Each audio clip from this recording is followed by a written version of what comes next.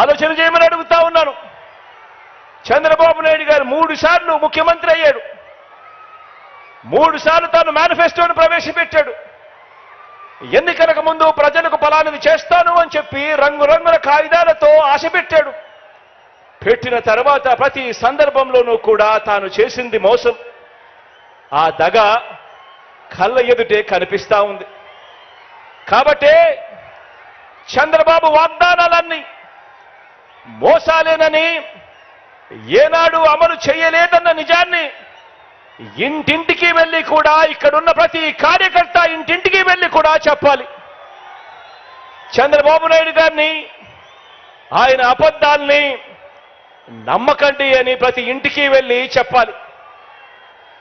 బాబు వంచల్ని, బాబు మోసాల్ని భరించలేక కదా, చంద్రబాబు నాయుడు గారి మోసాలని, చంద్రబాబు నాయుడు గారి వంచల్ని భరించలేకే కదా 5 ఏళ్ల క్రితం రాష్ట్రంలోని అన్ని సామాజిక వర్గాలు, రాష్ట్రంలోని అన్ని ప్రాంతాల వారు, మొత్తం ప్రజలందరూ కూడా చొక్కా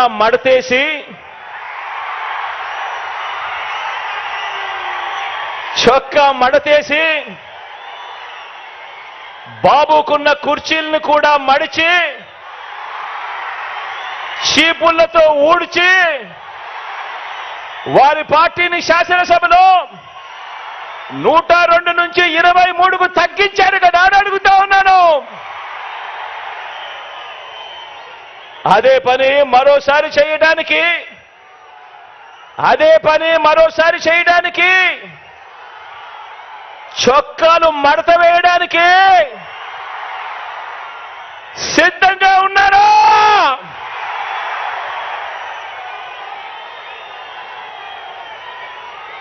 ఈ చంద్రబాబును సవాల్ చేస్తా ఉన్నాను. 14 ఏళ్ళు సీఎంగా ఉన్న మీ పేరు చెబితే ఇదే పెద్ద మనిషిని చంద్రబాబు నాయుడు గారిని ఇక్కడి నుంచి సవాలు విసురుతా ఉన్నా. 14 సంవత్సరాలు ముఖ్యమంత్రిగా పరిపాలన చేశారు. 14 ఏళ్ళు సీఎంగా ఉన్న మీ పేరు చెబితే గుర్తుకొచ్చేది వెన్నుపోట్లు, మోసాలు తప్ప మీ పేరు చెబితే కనీసం ఒక్కటంటే ఒక్క మంచి స్కీమ్ అయినా గుర్తుకొస్తుందా అని అడుగుతా ఉన్నాను. కనీసం మీరు చేసిన ఒక్కటంటే ఒక్క మంచైనా గుర్తుకొస్తుందా అని అడుగుతా ఉన్నాను. 2 చేతులు పైకెత్తి ఇలా ఇలా ఇలా ఇలా ఇలా ఇలా ఇలా ఇలా ఇలా ఇలా ఇలా ఇలా. మరి ఈ పెద్ద మనిషి చంద్రబాబు నాయుడు గారు చేయలేని పనులన్నీ దేవుడు దయతో మనం కేవలం ఈ 57 నెలల పాలనలోనే ఎంత చిత్తశుద్ధితో, ఎంతటి మమకారంతో చేశామో ఇవాళ 4 మాటలతో వివరిస్తాను. ఆ పథకాలన్నీ ఇక మీదట కొనసాగాలంటే ప్రతి పేద కుటుంబానికి, ప్రతి రైతన్నకు, ప్రతి అక్క చెల్లెమ్మకు, ప్రతి విద్యార్థికి, ప్రతి అవ్వాతాతకు, ప్రతి సామాజిక వర్గానికి ఎంతటి అవసరమో మన పాలన ప్రజలందరికీ వివరించే బాధ్యతను మనమంతా కూడా తీసుకోవాలి. ఇంతకు ముందే నేను చెప్పాను, ఈ 57 నెలల్లో కని విని ఎరగని విధంగా విప్లవాత్మక మార్పులు తీసుకొచ్చాం. ప్రతి అక్క చెల్లెమ్మ హృదయాన్ని తట్టాం, ప్రతి రైతన్న మనసులో నిలిచాం,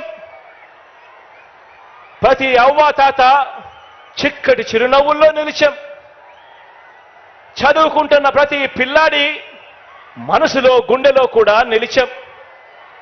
విప్లవాత్మక మార్పులు తీసుకొచ్చి అడుగులు వేశాం.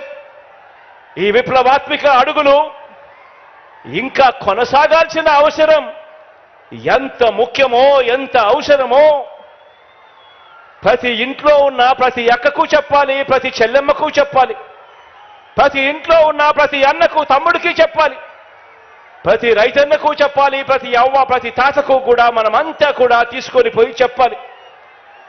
ఈ పథకాలను అందుకున్న ప్రతి ఒక్క కుటుంబం మనకొక స్టార్ క్యాంపెయినర్గా వారందరూ కూడా ఇంట్లో నుంచి బయటికి రావాల్సిన అవసరం ఉంది అని చెప్పి ఆ అవసరాన్ని వైఎస్ఆర్సీపీలో ఉన్న ప్రతి కార్యకర్త, ప్రతి నాయకుడు, ప్రతి వాలంటీర్ ఇంటింటికి వెళ్ళి ప్రతి ఒక్కరికి కూడా వివరించాలి. వారిని పోలింగ్ కేంద్రానికి తీసుకొచ్చి ఫ్యాన్ గుర్తు మీద ఓటు వేయించాల్సిన అవసరం గురించి ఆ ప్రతి ఇంట్లో కూడా చెప్పాల్సిన అవసరం ఉంది. మనం చేసినవి చెప్పాలి, వాటి కొనసాగింపు ఎంత అవసరమో ప్రతి ఇంట్లో కూడా వెళ్ళి చెప్పాలి. ఈరోజు నేను చెప్తా ఉన్న ప్రతి మాట కూడా జాగ్రత్తగా ఆలోచన చేసి వినమని చెప్పి కోరుతా ఉన్నాను మీ అందరితో కూడా. మనకు మన వైఎస్ఆర్సీపీకి ప్రజలు 2019లో ఒక్కసారి అధికారం ఇస్తేనే, మొదటిసారి ఛాన్స్ ఇస్తేనే రైతులకు అదనంగా ఇంతకు ముందు ఎప్పుడూ కూడా రైతన్న చూడని విధంగా ఒక రైతన్నకు రైతు భరోసాను తీసుకొచ్చి ఇచ్చాం. గ్రామాలలో రైతన్నకు చేయి పట్టుకుని నడిపించే ఆర్బీకే వ్యవస్థను గ్రామ స్థాయిలోకి తీసుకొని వచ్చి రైతన్నకు తోడుగా నిలిచాం. పగటి పూటే రైతన్నకు 9 గంటల పాటు ఉచిత విద్యుత్ ఆ రైతన్నకు తన గ్రామంలోనే అందుబాటులోకి తీసుకొచ్చాం. మొట్టమొదటిసారిగా ఏ సీజన్లో నష్టం జరిగితే ఆ సీజన్ ముగిసేలోగానే రైతన్నకు ఇన్పుట్ సబ్సిడీ ఇవ్వటం మొదలెట్టింది మీ బిడ్డ ప్రభుత్వం వచ్చిన తర్వాతనే. రైతన్నలకు మొట్టమొదటిసారిగా ఎప్పుడూ జరగని విధంగా ఉచిత పంటల బీమా ఇస్తా ఉన్నది కూడా మీ బిడ్డ ముఖ్యమంత్రి అయిన తర్వాతనే. గతంలో ఎప్పుడూ కూడా ఏ రైతన్నా కూడా చూడని విప్లవాత్మక మార్పులు ఇవి. ఒక రైతన్నకు రైతు భరోసాతో రైతన్నను తోడుగా ఉంటూ ఆదుకుంటూ ఇన్ని కార్యక్రమాలన్నీ కూడా జరిగిన పరిస్థితులు కేవలం మీ బిడ్డ పాలనలోనే జరిగాయి. ఈ పథకాలన్నీ కూడా ప్రతి రైతన్నకు కొనసాగాలన్నా, రైతులను పీడించే బాబు మార్కు దళారీ వ్యవస్థ మళ్ళీ రాకూడదన్నా, అందుకోసం ప్రతి ఒక్క రైతన్న కూడా బయటికి రావాల్సిన అవసరం ఉంది. స్టార్ క్యాంపెయినర్లుగా ఆ రైతన్న ముందుకొచ్చి ఇంకో 100 మందికి చెప్పవలసిన అవసరం ఉంది అని చెప్పి ప్రతి ఇంటికి వెళ్ళి ప్రతి రైతన్నకు కూడా చెప్పమని కోరుతా ఉన్నాను.